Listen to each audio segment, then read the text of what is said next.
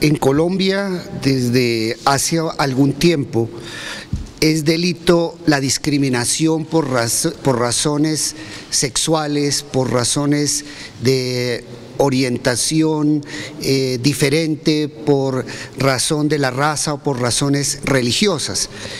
La Constitución colombiana consagra un derecho fundamental a la igualdad, consagra un derecho al libre desarrollo de la personalidad.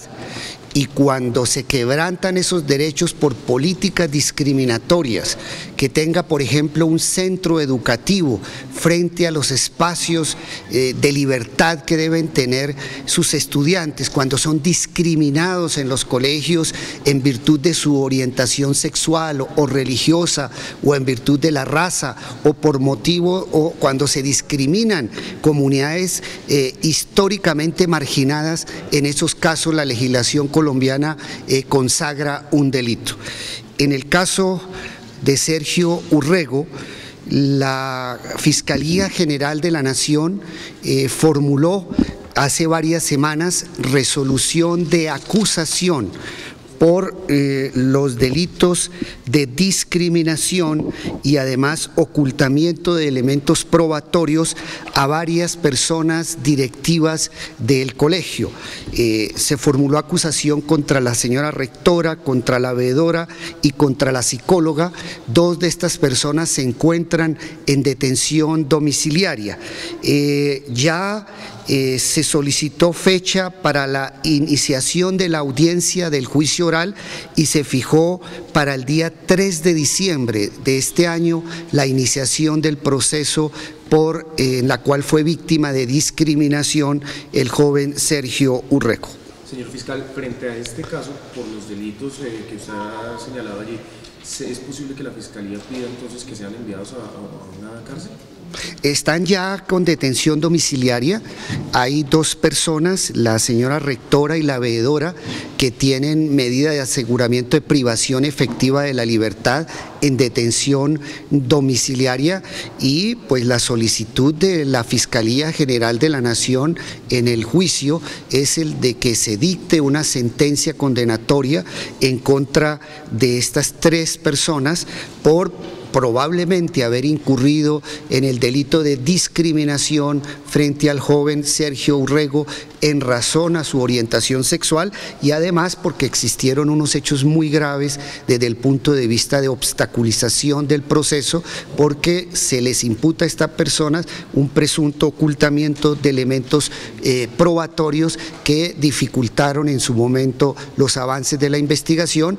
Pero la solicitud que hará la Fiscalía General de la Nación en el juicio que se inicia el 3 de diciembre es de que se establezca la responsabilidad por discriminación, por obstaculización a la justicia, y que se impongan unas penas privativas de la libertad como consecuencia de una eventual responsabilidad en los delitos de discriminación y obstaculización a la justicia. No tengo en este momento los datos, pero estos casos implican pena privativa de la libertad que puede tener privación efectiva con una duración considerable. Frente al lugar, la verdad, yo no tengo pues ningún comentario al respecto. Creo que un acto de reparación se hace desde el corazón, desde el alma, y como se tiene que hacer. Es como debe ser, no solo porque se ordena ni porque una corte así lo ordene. Pienso que pues si el lugar era o no era, pues este es el colegio, aquí estuvo mi hijo, y pienso que realmente fue un homenaje a su vida más que cualquier otra cosa. Se asignó un fiscal para investigar a Natalia Springer y su empresa por los polémicos contratos que han subido. Sí, hay una denuncia de un ciudadano y como tal la Fiscalía inició una indagación para establecer si existió o no algún tipo de violación al régimen contractual en esta contratación. Mucha gente dice, bueno, la investigación la adelanta la Fiscalía y los contratos son de la Fiscalía. ¿Se puede garantizar que el fiscal que lleva el caso es un fiscal que va a hacer la investigación como se debe? Desde luego, los fiscales tienen una autonomía, tenemos un deber de transparencia y los más interesados en que se conozca a cabalidad las circunstancias de la celebración de esta contratación somos en la Fiscalía, somos nosotros en la Fiscalía General de la Nación. ¿Sigue Natalia Springer con contratos vigentes? Sí, señor, hay unos contratos vigentes. Se determine por parte de la Fiscalía si hay o no cosa juzgada en los casos del M-19 frente a crímenes internacionales. Hecho ese estudio y esperemos las conclusiones, ahí determinaremos cuál va a ser la suerte de estas amnistías y estos indultos. Doctor, eso quiere decir que entonces, ¿cuáles son los citados? Porque eso era lo que habían como algunas dudas. Estamos hablando de Oti Patiño, Gustavo Petro. ¿Cuáles son los citados? Los miembros de la cúpula del M-19 que están actualmente en diversos escenarios de la vida pública: Antonio Navarro, Gustavo Petro, Oti Patiño, Eber Bustamante, Vera Grave, que yo recuerde, y lo que nosotros queremos es que vayan a la Fiscalía General de la Nación y en primer lugar cada uno nos explique cuáles fueron las decisiones judiciales que se profirieron a su favor, las resoluciones administrativas, porque en esta primera fase lo que queremos determinar es si existe o no cosa juzgada frente a delitos internacionales. La Fiscalía trabaja sobre la hipótesis de que posiblemente en el Palacio de Justicia se cometieron delitos de lesa humanidad y crímenes de guerra por parte tanto de la fuerza pública como parte del M-19, y esa es una hipótesis de trabajo. Existen algunas evidencias que hacen probable la comisión de delitos de lesa humanidad y crímenes de guerra por los dos actores del conflicto, y por lo tanto nuestro deber es investigar. Señor fiscal, pero esto ya salen unas fechas que se conocerán en el transcurso de esta semana.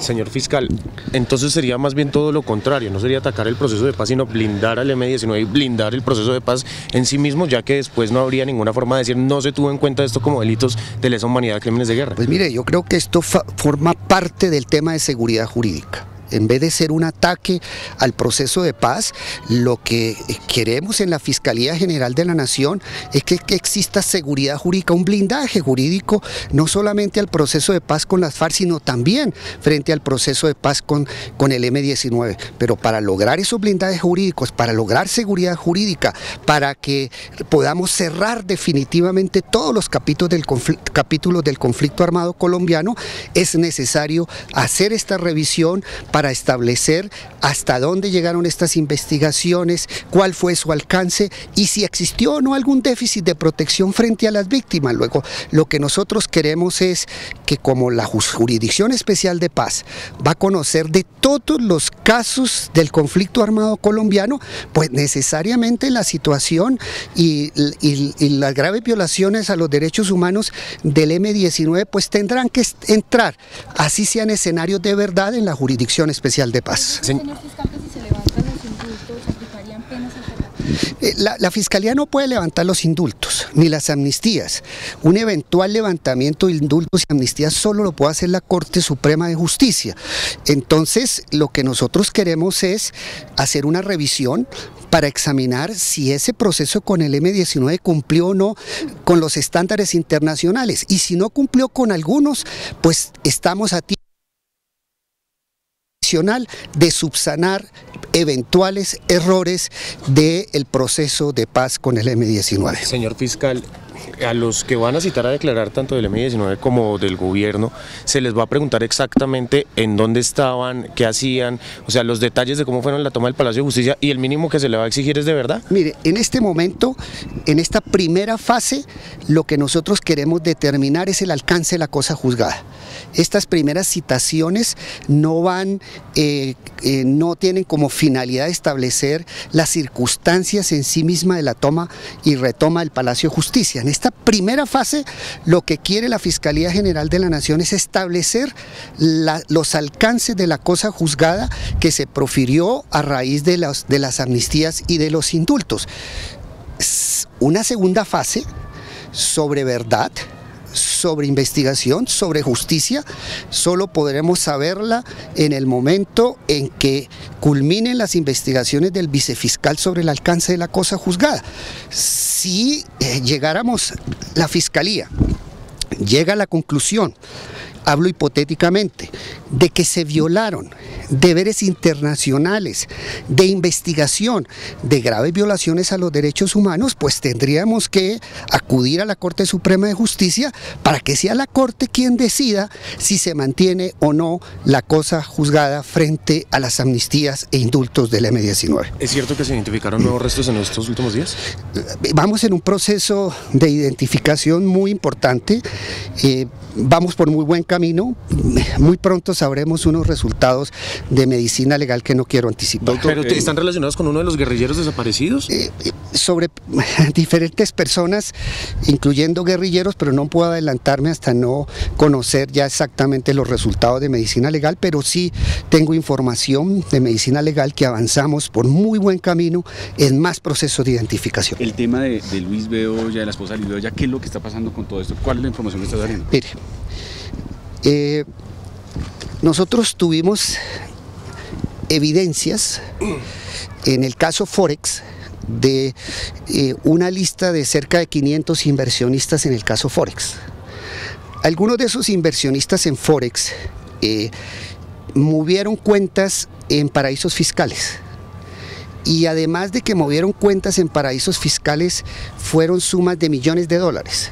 Lo que queremos nosotros establecer entonces es si esas personas que movieron estas grandes cifras en paraísos fiscales a través de las cuales se hicieron las inversiones en Forex, tenían o no en Colombia la capacidad económica para hacer ese tipo de inversiones. Queremos establecer si tenían, cuál era su fuente de ingresos, su perfil económico, su capacidad económica. Por eso estamos haciendo un análisis de perfiles financieros de patrimonio de algunas personas que movieron grandes cifras en el exterior, otras en Colombia, para determinar si eventualmente, en el caso de que no corresponda a sus perfiles económicos y a su capacidad económica, se estructura o no un delito de enriquecimiento ilícito.